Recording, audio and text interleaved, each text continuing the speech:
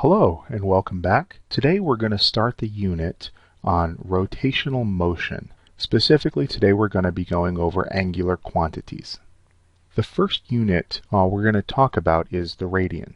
On a given circle, when the arc length denoted here by the red L is equal in length to the radius denoted here by our blue R, the angle that's formed between them, theta, is said to be 1 radian. The symbol for radians is a theta. 1 radian is approximately equal to 57.3 degrees, and there are 2 pi radians in a 360 degree or a full circle. So delta theta, or the change in radians, is just that. The radian measurement from some final point minus that of an initial point is going to be our delta theta. Omega.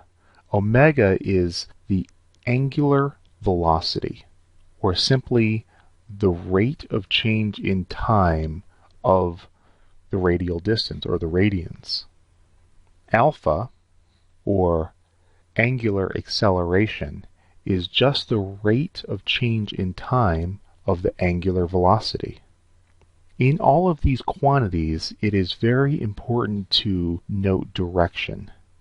Traditionally, counterclockwise is considered the positive direction, whereas clockwise is considered the negative direction.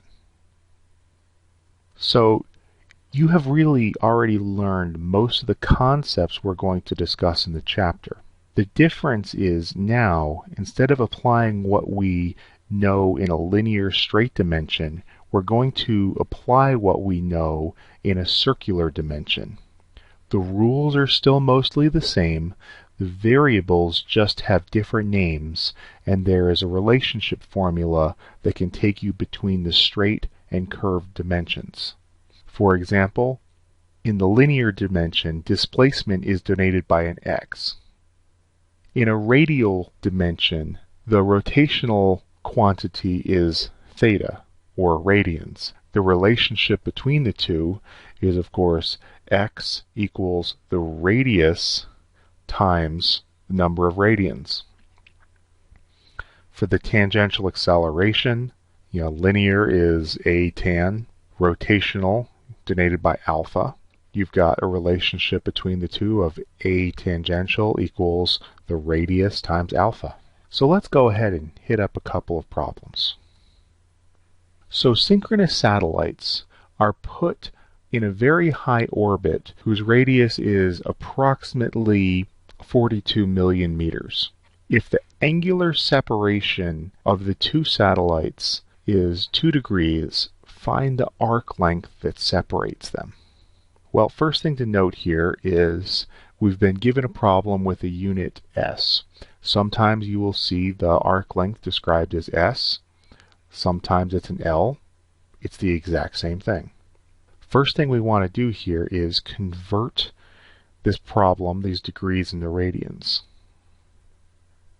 So our 2 degree of separation times our radian conversion, which is 2 pi radians divided by 360 degrees, our 2 degrees is approximately equal to 0.0349 radians. We're going to take that number and we're going to plug it into our equation. So S, or L, as ever you like, is equal to the radius times the number of radians. So our radius is given by the 4.23 times 10 to the 7th meters times the radians that we just found a moment ago. You multiply those together and you're going to note that those satellites are separated by about 1.5 million meters, or 920 miles. So for another problem, a gymnast on a high bar swings through 2 revolutions clockwise in a time of 1.9 seconds. Find the average angular velocity of the gymnast.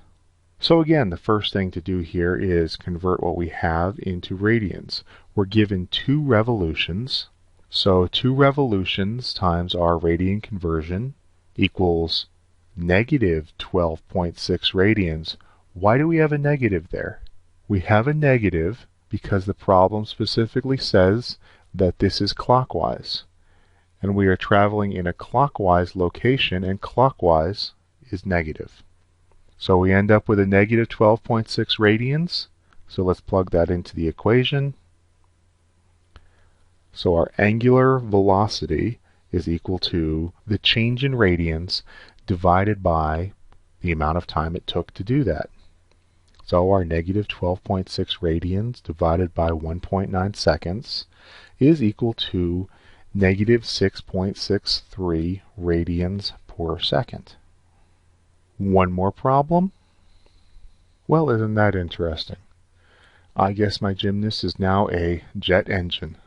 So as seen from the front of an engine, the fan blades are rotating with angular speed of negative 110 radians per second.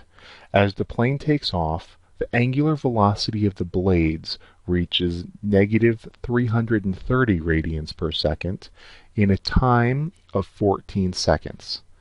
Find the angular acceleration, assuming that the angular acceleration is constant. So let's go ahead and convert these to radians. Wait a second, we have been given all of our units in radial units. So go ahead and let's plug it into the equation. So our acceleration equals our final velocity minus our initial velocity divided by our time, or negative 16 radians per second squared. So for a quick review, some of the other angular quantities that you're going to be coming across. Now we've seen a few of these before.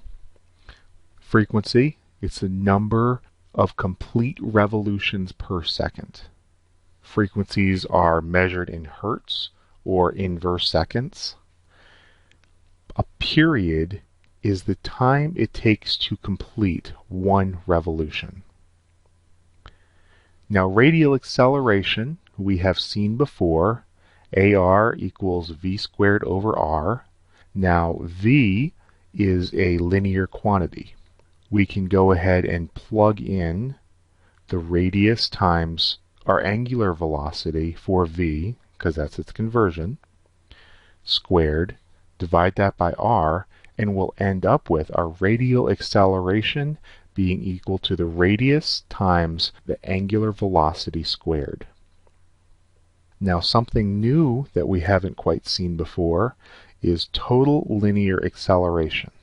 So total linear acceleration is the concept that when you have a circle, you are going to be accelerating towards the center of that circle. You're also going to be accelerating tangentially to the circle.